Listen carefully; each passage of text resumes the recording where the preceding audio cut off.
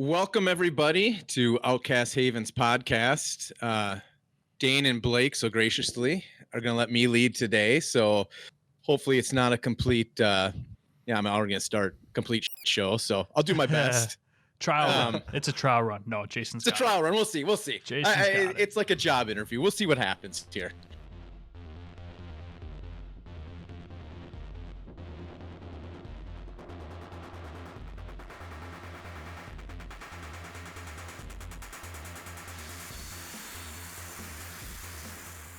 There's been a lot of buzz around Monarch coming out, and I think the best part about a new set coming out is speculation, because most of the time everybody's completely wrong, but speculating about it and then getting surprised when it comes out, I think is just amazing and a ton of fun.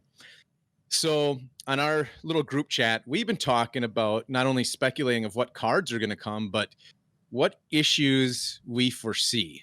And by that, Dane brought up a great point about there's going to be presumably 4 to 6 new classes. I mean, we're at 10 right now if you count the merchant and the shapeshifter. So I would assume we'd probably get 4 in Monarch, and I think everybody assumes that. So now we have 14 classes, and when you purchase a booster, how do you not have a lot of waste in that? And the reason we say this is if you play a lot of other games, I'll use one other one I use, for example, and I'll shoot it over to Dane and he can use the game he plays. So I play Force of Will. We have rulers just like you have leaders in this game, and you have colors yellow, red, black, blue, green, but you can mix and match. So if you get a ton of one color, you can make your deck work with that, which you cannot outside of generic. So that's where we're going to start, is what issues we see, and I'll let Dane, you brought up some great points in our chat during the week. So I think that one of the concerns going forward, right, is like whether or not 4 more classes come out for Monarch, or whether it's just looking down the road with what this game currently looks like. I think that it's going to be an issue at some point, right? Like they're going to have multiple classes, and what the game that I thought of was Cardfight Vanguard. They've got over 20 different, I don't know what they're called in that game. I never personally played, but I just know that they had issues with not mixing of archetypes, where there would be, over a year in between, say even if you play 2 or 3 different archetypes, you won't see updates for your archetypes or attribute for over a year, possibly, depending on how many there are and how frequently they release sets, right? So looking at how I was just brainstorming, honestly, how I would like to see something like this handled, because I do like the class system, and I think that they've been introducing new mechanics with each of these sets so far, right? Always something new with the introduction of Arcane. It seems like they're headed in the right direction, and I was just trying to think of what that right direction might look like for a game that has these very cut and dry archetypes that exist. And the first thing that came to mind was doing something along the lines of expansion packs, where they release the booster, and my thought was the first booster in the new block contains the 4 new archetypes and some support cards for that, and then generics that bolster pretty much anybody's archetype, right? And then on top of that, you can buy certain classes expansion, which just comes with a playset of their cards. Now, problem with that is that you're not going to get the mass bulk buy, because you want to get all your updates for your deck specifically. But if they put good generics in there, or the new classes interest people, there's a problem, right? It's not as fluid of a cash flow for the product that they're producing, because there's lots of other factors that are now coming into play. You've got how many expansions do we have to release? How many people just buy the expansions, don't buy the booster? How many people just trade for the expansion cards that they want? It's a whole new ball game, right? And there's not really a whole lot of precedent for companies that have been successful with this very set in stone, cut and dry archetype being distinguished. So that led me back to brainstorming a little bit on these new mechanics that they're introducing to the game and ways that this could be alleviated a little bit. And I think that it's completely within the realm of possibility that there's a new attachment or a new way to build your leader or your character, right? And it's just a characteristic slot. And you can run whatever leader you want to run. And it's as simple as I'm running Katsu and Ninja, and I'm taking the warrior characteristic in my characteristic slot. And a little D&D action. Right? Yeah. I mean, I do have a background in D&D, so I mean, a little bit of I mean, it makes sense. There. But I mean, just having that and saying you get to now run 10 cards from warrior in your deck, like 10 total, like not 10 play sets, right? So like that just opens up. Now I'm looking for ninja and warrior cards, or I'm looking for ninja and anything cards, because I can mix and match my ninja, because that's what I main, with anything, right? And that opens up the desire for those cards that are coming out, even the new sets. It's like, oh, Assassin comes out. Did you see the cards that Assassin has that would go great with like ninja? Like, don't say things like Assassin. That gets me so excited. I know, dude. It's gonna be awesome. But it's a problem, and there's really good videos in YouTube that you can go and search. One of them is Kodak. He did like a really interesting analysis of TCGs and the 7 deadly sins of TCGs, and one of them is like non-mixable archetypes or attributes, and how that is a lot of times the downfall of like new games that try to do something cool. And I think that there are definitely creative ways around it, and I'm curious to see what Legend Story Studios does to accommodate this, and the fact that their game does have set archetypes like this. But I think it's gonna be interesting. I have really high hopes for how they handle it. And for me, I think the most exciting thing would be like that characteristic slot or something, because then you can even take, I mean, down the road, it's like I'm taking the arcane archer characteristic, and it's like you get 5 mage cards, 5 ranger cards on top of whatever you're running. You know what I mean? Like, it's just, there's so many cool ways that they can take this game that I think it's going to be fine. I really do. But I just want to see them, hopefully in the next set, do something to alleviate the concerns about those, cut and dry archetypes. Yeah. And I think that you actually have, it's interesting, right? Because with the unmixable attributes in this game, if you gave a characteristic slot or some way, whether it was some sort of piece of armor or equipment where they could mix and match, right? Like if I'm playing Ranger and I want to run, I want to run something, I can wear like a helm of something that's, maybe they make it a majestic, that's a chase card a little bit, but it lets any character pick up 10 cards of anything. But then I think what I think would be interesting to add a different, less, like, to make it a little less easy to just add random cards and be like, I'm just going to pick the best ones that help me win the game in the end, is if everyone has ways to manipulate each other's equipment.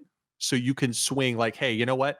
I know that Dane is running something else because look at, he's got the helm that lets him bring 10 other cards, but I haven't seen any yet. And I've got this card that can target that, and I can do some way to like damage your equipment and get rid of it. And if you're not wearing the helm anymore, you can no longer mix the attributes. You can't use it anymore because you've lost the ability to use the thing, because then it adds counterplay to it, rather than just you being able to just bring the 10 best cards from another class in and just use them like late game when they help you win. I can now manipulate your game state, which now puts us on level ground because we're fighting each other, right? Because if I see you're wearing a special helmet or a special piece of armor, I should, like, that's what Brute has that helps them against Dash that everybody else is kind of stuck against. Right. Is we're all trapped. Like, I can't touch induction chambers. So if I'm playing Ranger into Dash, I'm just screwed late game. Brute just goes, brr, I kill stuff. Right. So let me tell you why I disagree with everything you just said. No, so my concern is with the ability to unlimit deck building and to give that desire for additional class cards as they come out, right? That's what you're proposing, is like saying you could take a plot in Star Wars Destiny. Okay, let's use Magic, better example, right? Like you could take a field. Is that what they're called in Magic? I don't even know. But you could take lands, enchantment. An enchantment. Yeah, there you go. So you could take an enchantment in Magic that says you can run blue with your white. And then it's like as soon as it's destroyed, it's like you no longer get to run blue. I'm proposing a solution to a core game mechanic that I think will be an issue going forward with the desire that people are going to have to buy the new sets, because if they do truly have to keep all archetypes separate, they're only going to be able to release so many, and they might have to do like that weird expansion thing that I proposed or something like that. But even that's going to result in less product being sold, which companies not interested in, I can assure you. But I think that I like the idea of like maybe you being able to take a helm that says like, if you're not a wizard, but you run wizard cards, then you get to spend like all of them cost one less. Like stuff like that is cool. And I think that that's definitely, game design that they have flexibility to toy with. But I don't like the idea of like you being able to be creative with your deck being counterable. And right. But here's the thing. I think that though what it does is if you make unlimited, like if you make permanence in games, right? We play all kinds of games. Some games have permanence that stay on a field and exist forever. When you can't interact with those, they can create a real miserable play experience if one card becomes a problem.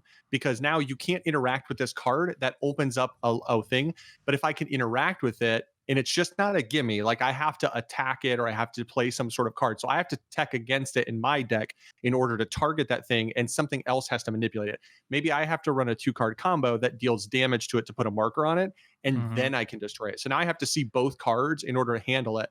And I think this game has a unique way to deal with that problem of because like in Magic, right? If I destroy an enchantment that says you can no longer play both colors, that completely decomposes your game state because now you have dead cards. The beauty of this game is you never have dead cards because every card has a pitch value and a block value. From now on, you just know your alternate cards all become block cards or pitch cards. I mean, that's fair, but I still like if you like I'm looking at it from we might just end up agreeing to disagree on this, but I'm looking at it from the perspective that Magic comes out, you can run white, you can run blue, you can run red, you can run black, you can run green. That's it. And then they come out with an enchantment that says you can add an additional color. It's like, no, that's not helpful to like flexibility in deck building and being creative in the game. I was just gonna say in Magic though, you can't run blue until you get that blue. So it's a little bit different in the aspect if you, and that's why I hate Magic, is because if you don't pull the land or run certain colors or get, you know what I mean? It ruin it.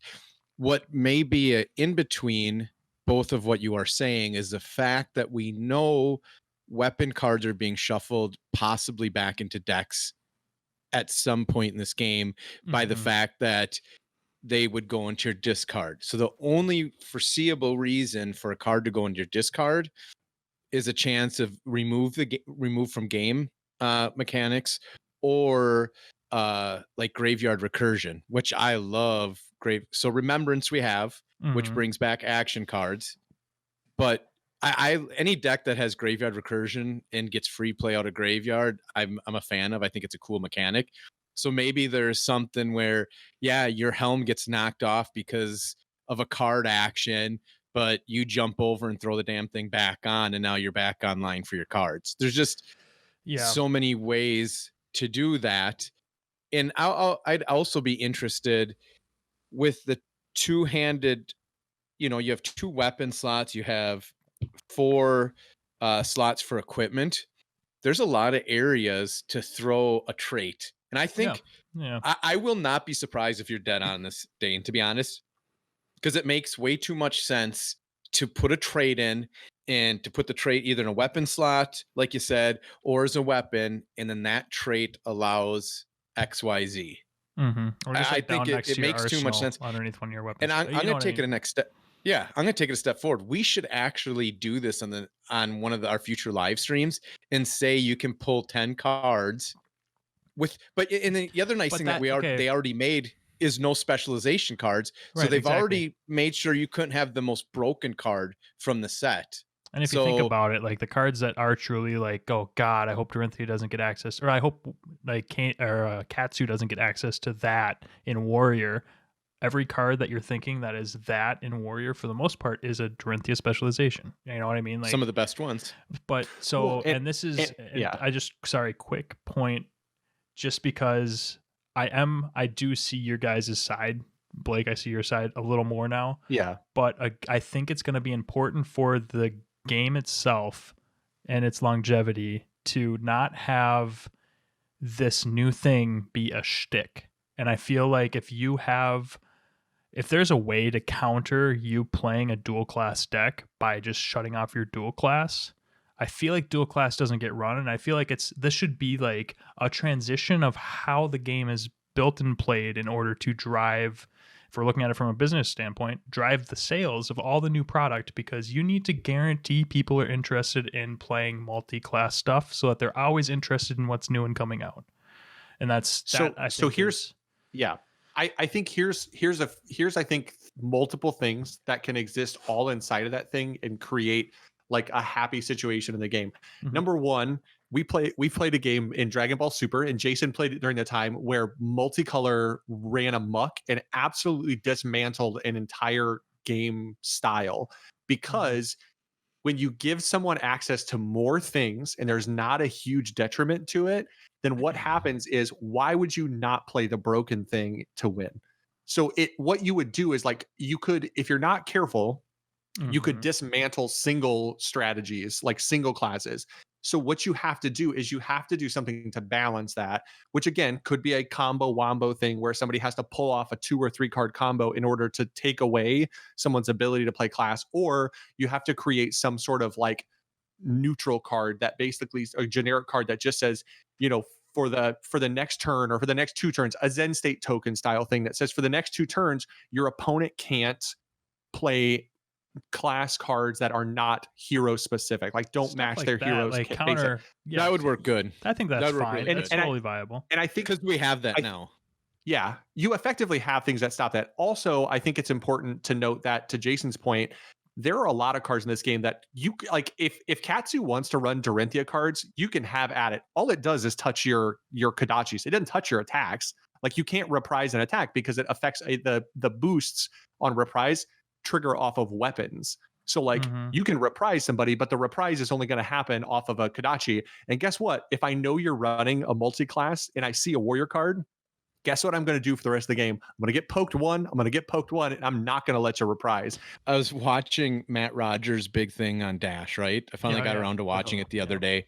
And he said he never blocks a Kodachi with a card from hand. He says almost, unless he's going to die that turn, he will not use a card in hand to block that.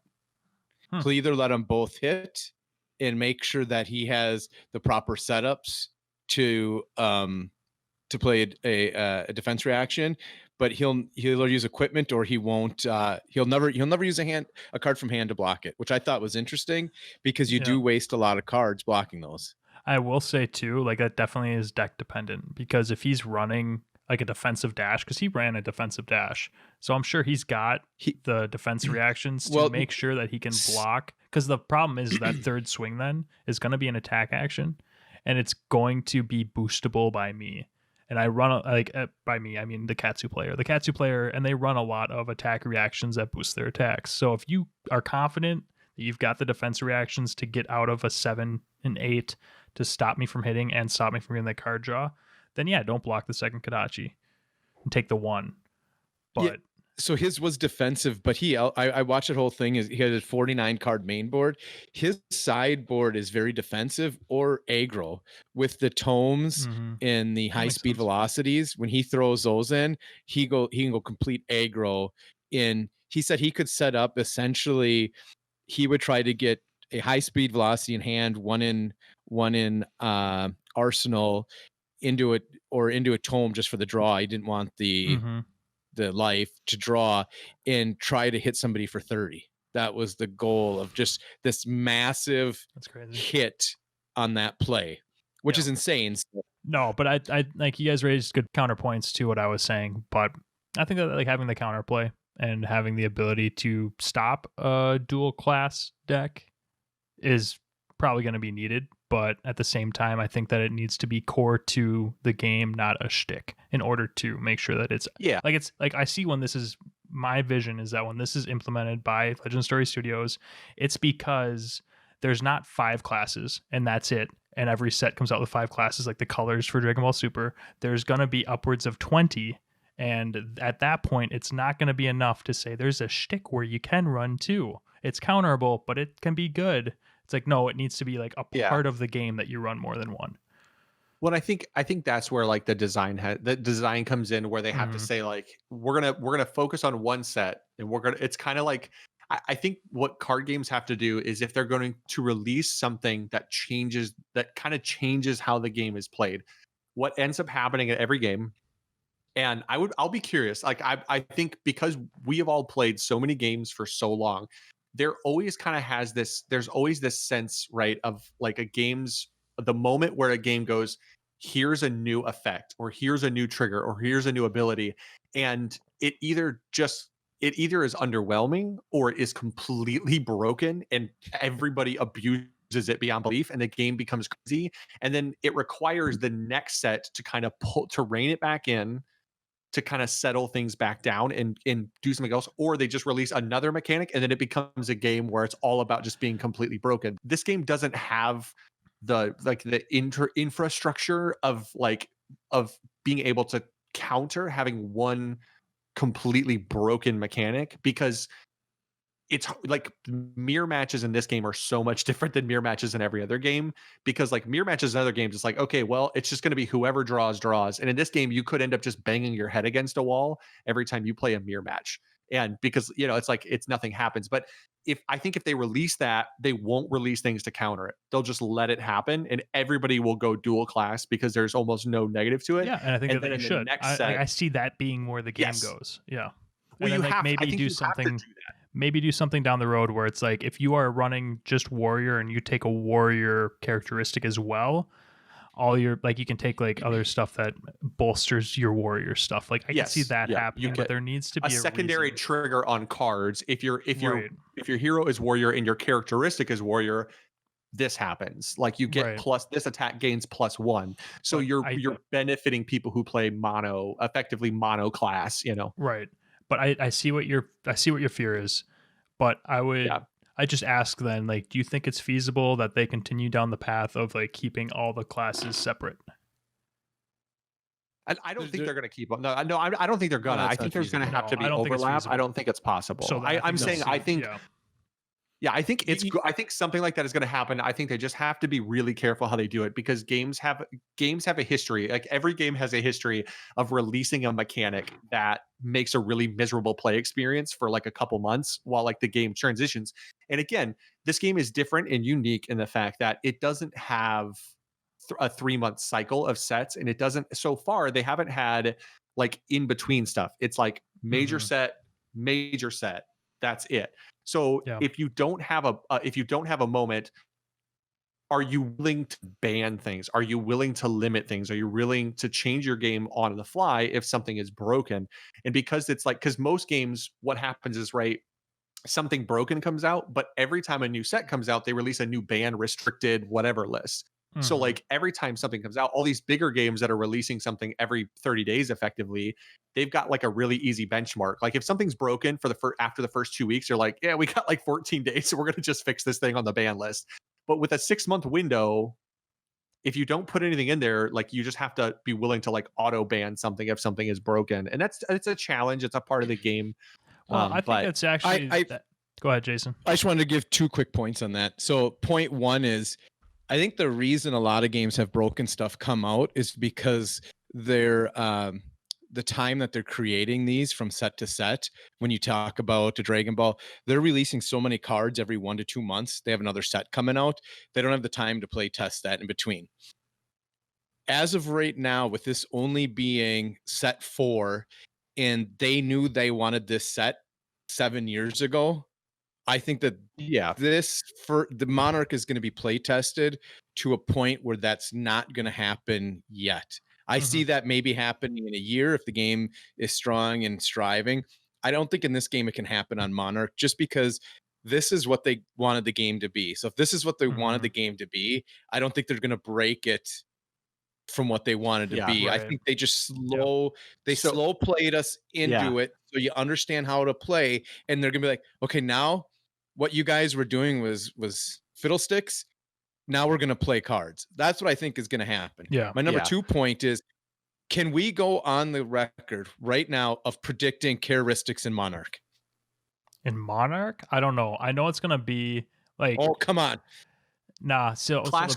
Class crossovers will happen in Monarch. Some sort of attribute mixing. Okay, so you're not gonna say characteristics yet, but there will be a crossover. You think there'll be some way class crossover.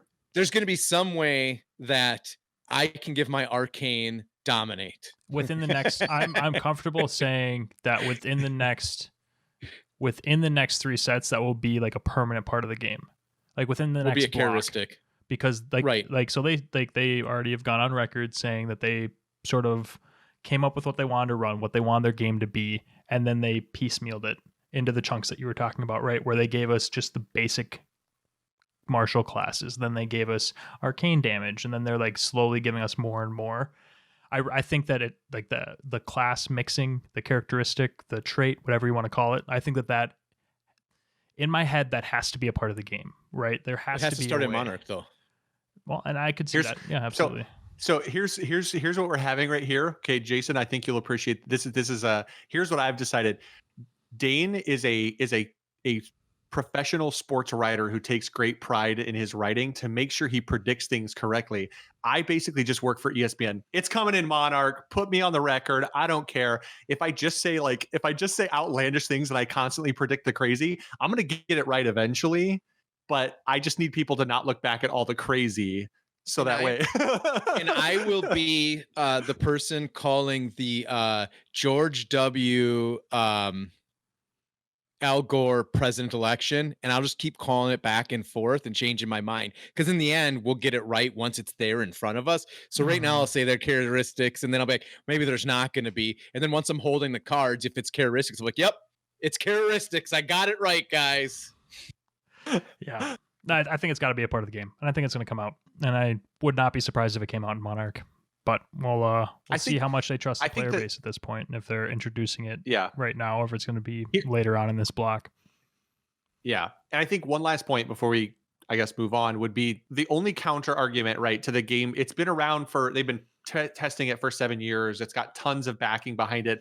Is that like gamers are degenerates? And there's something about the fact that something can, because granted, it might take a little while, but I also, as much as I trust developers to get it right, I trust like people who play card games to break something. Like you say, we're going to mix classes, and they'll go, yeah, we've play tested this for years. We've got it figured out. And then some degenerate is going to be sitting in his like office looking at screens, just clicking and just playing TTS games until his eyes bleed. And then all of a sudden they're going to realize something, and the game is going to be just snapped, and someone's going to create this deck that's just so oppressive.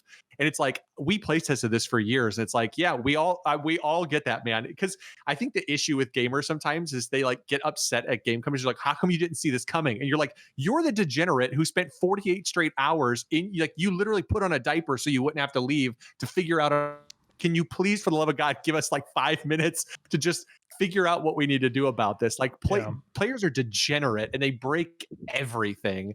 So something's going to get broken at some point. Right now, they've done a good job of keeping everything relatively fair, other than 3 induction chambers and 3 plasma purifiers. Yeah.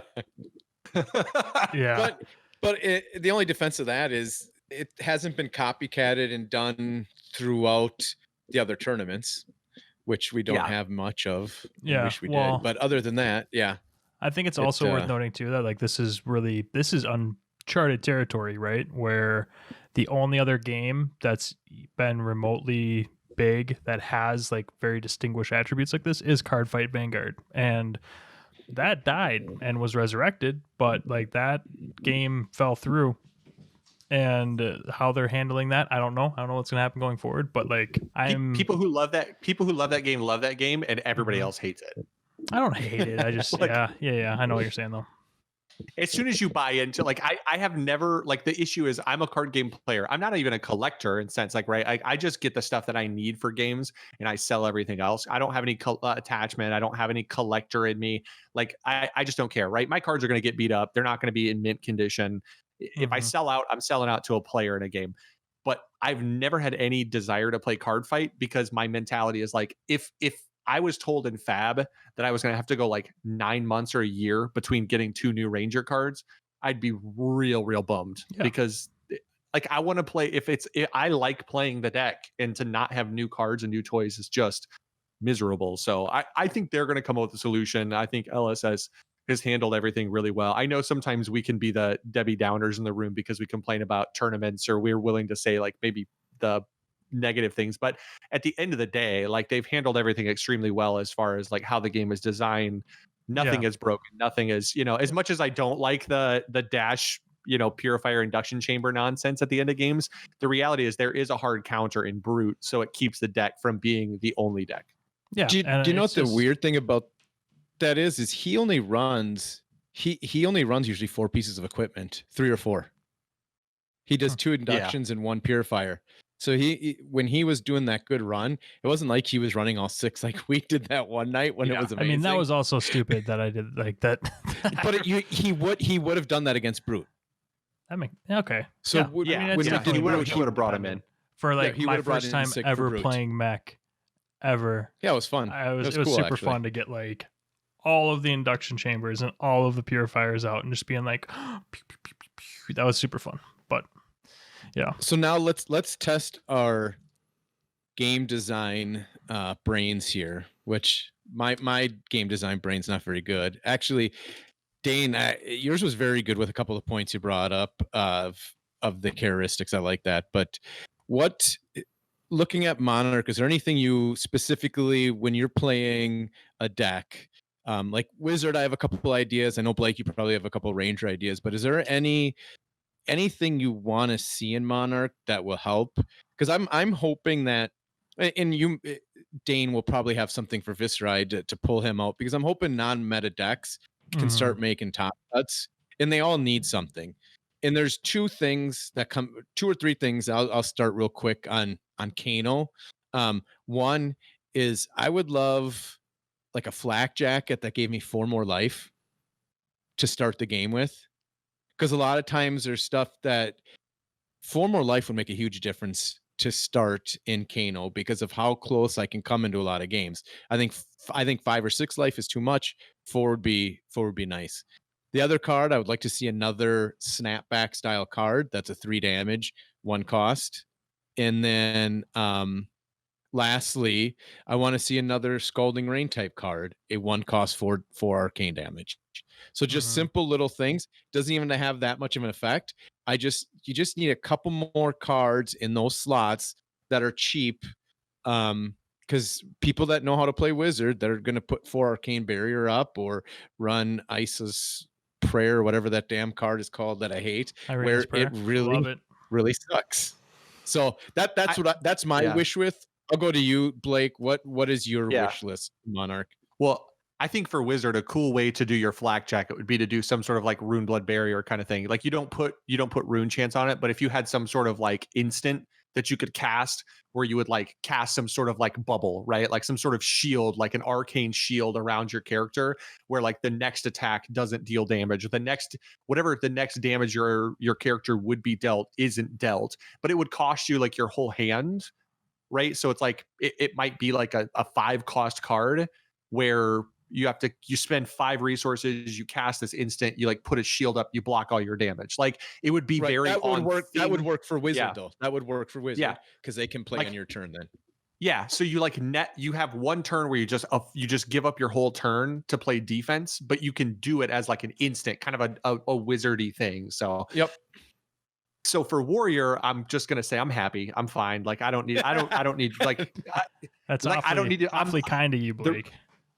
I don't think the rich need to get richer. So I'll continue to just be okay with what we have. If they give us any cards, it just changes the play style a bit. For Ranger, I would love to see some sort of like crossbow or something where you can like do like what the like, and maybe I don't know how the mechanic would work because it would mess with the game mechanics, but whether that's loading an arrow and then being able to like load a second arrow every turn, like Death Dealer style, pay 1 but you do 2 or something, or like after you play 1 arrow you can immediately play another arrow, like if you've played 1 arrow from the thing, maybe you have special arrows that can be fired 2 at the same time or something. Chess piece, dude. Just have a chess piece called like Quiver or something. Quiver. That just gives you a second arsenal Yeah. slot. Yeah. Yep. Like, and you're Well, the that would be only cool. character Yeah. you get, right? You get double arsenal and you can fire 1 arrow and then another, or you can just fire 2 simultaneously and they have to like pick and choose which one they block, or so, you know, like just a way to like manipulate the arrow and the quiver thing. Or the other option would be, I would like a if you can't do some sort of double arrow thing, I would love a bow and arrow that has some sort of mechanic where it's like has a built-in weapon on it that you can use in more of like a hand-to-hand combat style, where if you have a turn right, Fix Hey, bayonets. hold on, right? Every archer you've ever seen in a movie at some point realizes they just got to whack somebody with their bow. Like somebody gets too close, you can't unquiver an arrow and fire it when a guy's 2 feet from you. So you just whack him in the head with it. It's That's a perfect finishing. It it breaks it, but it's gonna do 4 damage, and it's like an end of game close. Or like I'm gonna bring you can do it as an instant. Yeah, just it's a Talishar effect, right? It gets a damage counter on it, and once it has 4, it's done. Like you can do it 4 times a game. Once you have 2, it's done. Or a 2 does 5 like damage. I don't even care what it is, but it would be cool, instant. right? Like just like it's a 2 cost thing or 3 cost thing where you can smack somebody with your bow, because sometimes throughout the game you do draw blank on like an arrow and your turn is dead. I don't get to do anything, which is really unfortunate that you do that. And I get that that's part of the balance of being able to fire these arrows with like devastating effects, but forfeiting a whole turn of offense is bad in this game. Like it's problematic. So the fact that you could maybe have some sort of thing where like you have 2 damage counters on you can 2 damage counters and the third one breaks it. If you would place a 3rd damage counter on this, destroy this weapon. And now your turn is over. All you got left is like Ravenous Rabbles and Enlightened Strikes. So you better be able to win like with those in the deck, or just win because you whack them with your bow. How many 0 cost arrows are there? There's a couple. Like so it's like endless. Is endless arrow one of them? Is correct, right? Yeah, endless arrow, Ridge Rider shot, Pathing Helix. Pathing Helix is a 0. So there is 0. So they have that already. Yeah. Okay. Mm-hmm. Yeah, there are some arrows. Those arrows are underwhelming as far as like what they do. They don't really do a lot. So they need to do some kind of ranger, like almost instead of doing Azalea, do like a ranger specialization. So if they ever do characteristics, you can't use it, but do a ranger specialization where maybe it's like a 0 for 5 and has an effect, or something a little stronger to get ranger that. Give it the kick in the ass it needs. Could see that. Dane, what does Viscera need? I think it would be really great to see something that allows you to merge your rune chance into a lump sum arcane damage. That would be that'd be awesome, because that, I think one of its weaknesses right now is that a big chunk of your damage that you're doing is mitigatable with just one piece of arcane armor, which doesn't really mess up a whole lot of anything they're trying to do with their armor. A lot of classes even just have arcane innately to like the class specific items that they want to be wearing. Like Dash's boots. Why would they have arcane you got your 2 archer pieces. Like, I mean, so you're not. Yeah, I have 2 pieces. So I think something like a card that somehow makes it not a bunch of single damage, but a group, whether that's an attack that says, in addition to the damage this attack would for every 5, deal like X damage, where X is the amount of rune chance you destroy without doing their rune chant effect or whatever it is. Here it is. Are you ready?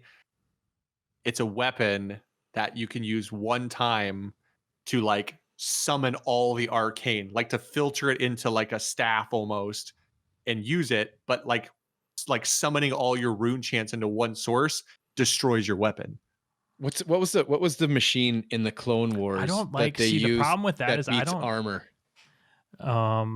the Mandalorian. Oh, it was a card in Destiny in the last set too. I can't think of the name of it. Yeah, it was the But that's what you're Mandalorian looking for. thing. Well, no, Yeah, I just just something want to like. it needs to not be for one turn KO rune blades only. Like it needs to be like something that you can use throughout the game. Like it needs to be like a full series where for every one rune chant deal 1 arcane damage Targeted as a single source. Yeah. right. So it's a single. I just don't think you can do single source of like over 10 because you don't. Or do you want to have it be a OTK deck where it's you can get build to it. 20? Yeah, I mean, because You could do like for every 5 is yeah. one single source of arcane, or for every 6 rune chants deal. So if you have 12, it would be 2 sources. Okay, so like of realistically, 6. outside of the OTK rune blades, like you're not getting that many rune chants because you're not gonna.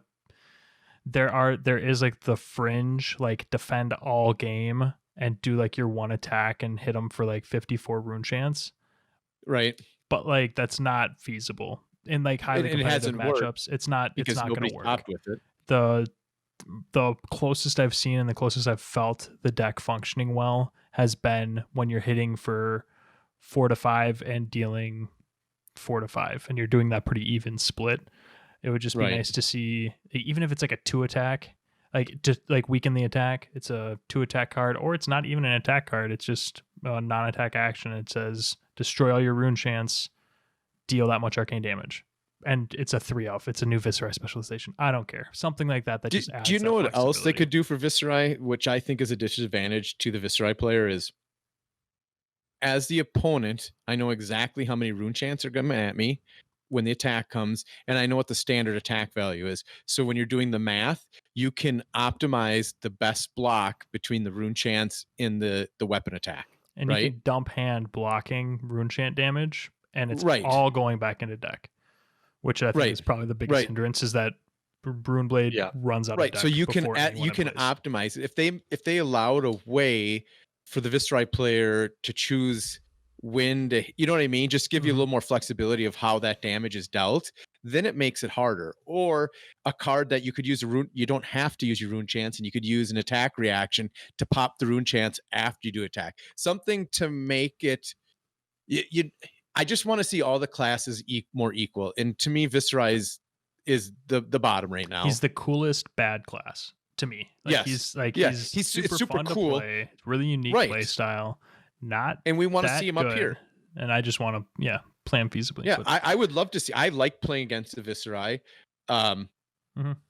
He's just very he's fairly fair. But you're never like, okay, how am I going to beat this? You're like, how is he going to beat me? Like, that's what you feel like going into that matchup. Versus when I play the ninja, I'm like, how do I win? How do I optimize blocking the combo pieces? You don't have those same issues going into Viserai. The Viserai players got to worry about how they're going to strategize to win. Right. Yeah. With Viserai, there's a lot of like Viserai is the deck more so than maybe any deck in the game that has like a really clear line of counterplay, which is if it starts to feel like we have a kind of a tighter game going, like it costs them all of their cards in hand to do a combo thing that does like 4 to 6 arcane and that rune chance, and then 4 to 6 attack. And what ends up happening is it costs you 2 or 3 or 4 cards. Then to play, you have to play all of your cards out to regain your rune chance to prep for next turn.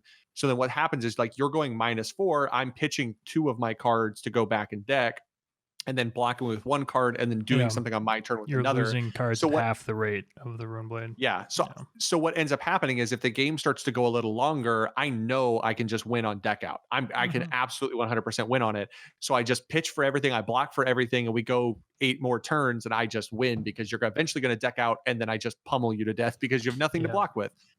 Yep, it does feel so. It's predictable, which is why like I wonder if there's not a way to like summoning like all of your arcane into one source makes it like even if that was like you said, to your point, again, I don't want it to be broken, so it's like there has to be a way to do it. But even if you had cards in your deck that said, like it's a card that specifically summons all of your rune blades into one attack for this turn, all rune chants happen as one source of arcane damage.